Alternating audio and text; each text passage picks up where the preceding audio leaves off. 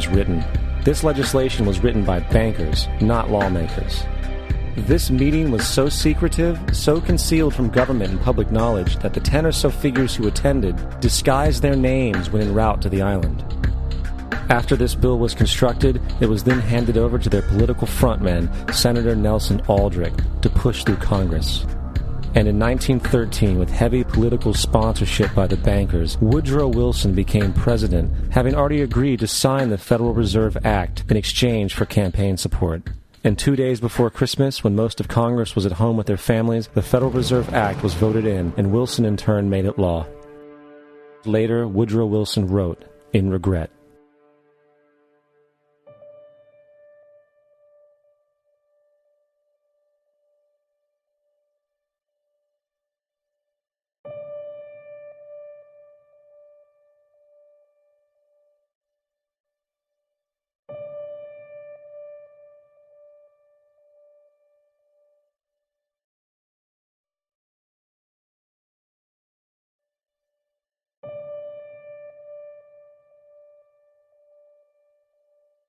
Congressman Louis McFadden also expressed the truth after the passage of the bill. A world banking system was being set up here, a superstate controlled by international bankers, acting together to enslave the world for their own pleasure. The Fed has usurped the government. Now, the public was told that the Federal Reserve System was an economic stabilizer, and inflation and economic crises were a thing of the past. Well, as history has shown, nothing is further from the truth. The fact is, the international bankers now had a streamlined machine to expand their personal ambitions. It's alive! It's alive! It's alive! For example, from 1914 to 1919, the Fed increased the money supply by nearly 100%, resulting in extensive loans to small banks and the public.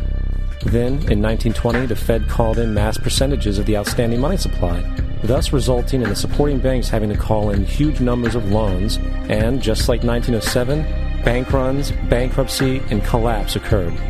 Over 5,400 competitive banks outside of the Federal Reserve System collapsed, further consolidating the monopoly of the small group of international bankers. Privy to this crime, Congressman Lindbergh stepped up and said in 1921, "Under the Federal Reserve Act, panics are scientifically created. The present panic is the first scientifically created one, worked out as we figure a mathematical equation." However, the panic of 1920 was just a warm-up. From 1921 to 1929, the Fed again increased the money supply, resulting once again in extensive loans to the public and banks. There was also a fairly new type of loan called a margin loan in the stock market. Very simply, the margin loan allowed an investor to put down only 10% of a stock's price, with the other 90% being loaned through the broker. In other words, a person could own $1,000 worth of stock with only $100 down. This method was very popular in the roaring 1920s, as everyone seemed to be making money in the market. However, there was a catch to this loan. It could be called in at any time and had to be paid within 24 hours. This is termed a margin call, and the typical result of a margin call is the selling of the stock purchased with the loan. So, a few months before October in 1929, J.D. Rockefeller, Bernard Baruch, and other insiders quietly exited the market, and on October 24, 1929, the New York financiers who furnished the margin loans started calling them in masse. This sparked an instantaneous, massive sell-off in the market, for everyone had to cover the margin loans. It then triggered mass bank runs for the same reason, in turn collapsing over 16,000 banks, enabling the conspiring international bankers to not only buy up rival banks at a discount, but to also buy up whole corporations at pennies on the dollar. It was the greatest robbery in American history. But that didn't stop there. Rather than expanding the money supply in order to recover from this economic collapse, the Fed actually contracted it, fueling one of the largest depressions in history. Once again outraged, Congressman Louis McFadden, a longtime opponent of the banking cartels, began bringing impeachment proceedings against the Federal Reserve Board, saying of the crash and depression, "It was a carefully contrived occurrence. International bankers sought to bring about a condition of despair so that they might emerge the rulers of us all."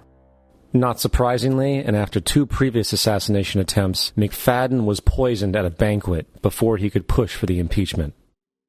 Now, having reduced the society to squalor, the Federal Reserve bankers decided that the gold standard should be removed. In order to do this, they needed to acquire the remaining gold in the system. So, under the pretense of helping to end the Depression, came the 1933 gold seizure.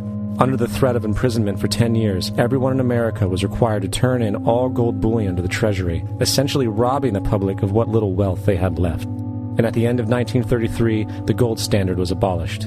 If you look at a dollar bill from before 1933, it says it is redeemable in gold. You look at a dollar bill today, it says it is legal tender, which means it is backed by absolutely nothing. It is worthless paper. The only thing that gives our money value is how much of it is in circulation. Therefore, the power to regulate the money supply is also the power to regulate its value, which is also the power to bring entire economies and societies to its knees.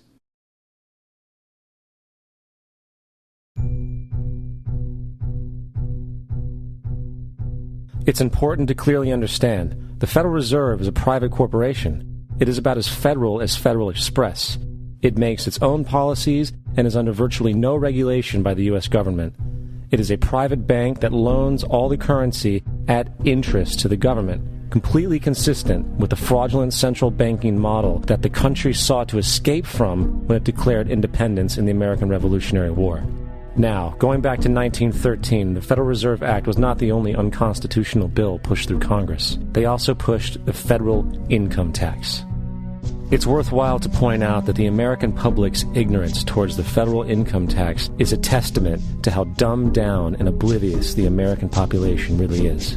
First of all, the federal income tax is completely unconstitutional, as it is a direct, unapportioned tax. All direct taxes have to be apportioned to be legal based on the Constitution. Secondly, the required number of states in order to ratify the amendment to allow the income tax was never met, and this has even been cited in modern court cases.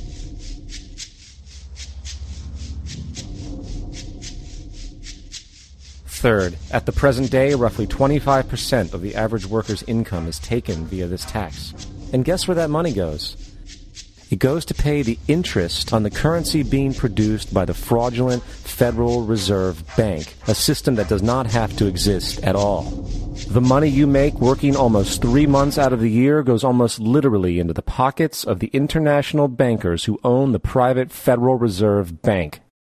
And fourth, even with the fraudulent government claim as to the legality of the income tax, there is literally no statute, no law in existence that requires you to pay this tax, period.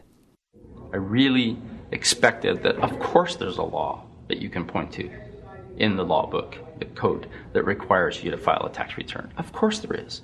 I was at that point where I couldn't find the statute that clearly made a person liable, at least not me and most people I know. And I had no choice in my mind except to resign. Based on the research that I did throughout the year 2000 and that I'm still doing, I have not found that law. I've asked Congress, we've asked a lot of people in the IRS commissioners, helpers. They can't answer, because if they answer, the American people are going to know that this whole thing is a fraud. I haven't filed an federal income tax return since I left. I have not filed a tax return since 1999. The income tax is nothing less than the enslavement of the entire country. Now, the control of the economy and the perpetual robbery of wealth is only one side of the Rubik's Cube the bankers hold in their hands. The next tool for profit and control is war. Since the inception of the Federal Reserve in 1913, a number of large and small wars have commenced. The three most pronounced were World War I, World War II, and Vietnam. World War I. In 1914, European wars broke out centered around England and Germany. The American public wanted nothing to do with the war. In turn, President Woodrow Wilson publicly declared neutrality. However, under the surface, the U.S. administration was looking for any excuse it could find to enter it. In a noted observation by Secretary of State William Jennings, the large banking interests were deeply interested in the World War because of the wide opportunities for large profits. It's important to understand that the most lucrative thing that can happen for the international bankers is war, for it forces the country to borrow even more money from the Federal Reserve Bank at interest. Woodrow Wilson's top advisor and mentor was Colonel Edward House, a man with intimate connections with the international bankers who wanted in the war. In a documented conversation between Colonel House, Wilson's advisor, and Sir Edward Grey, the Foreign Secretary of England, regarding how to get America into the war, Grey inquired, "What will Americans do if Germans sink an ocean liner with American passengers on board?" House responded, I believe that a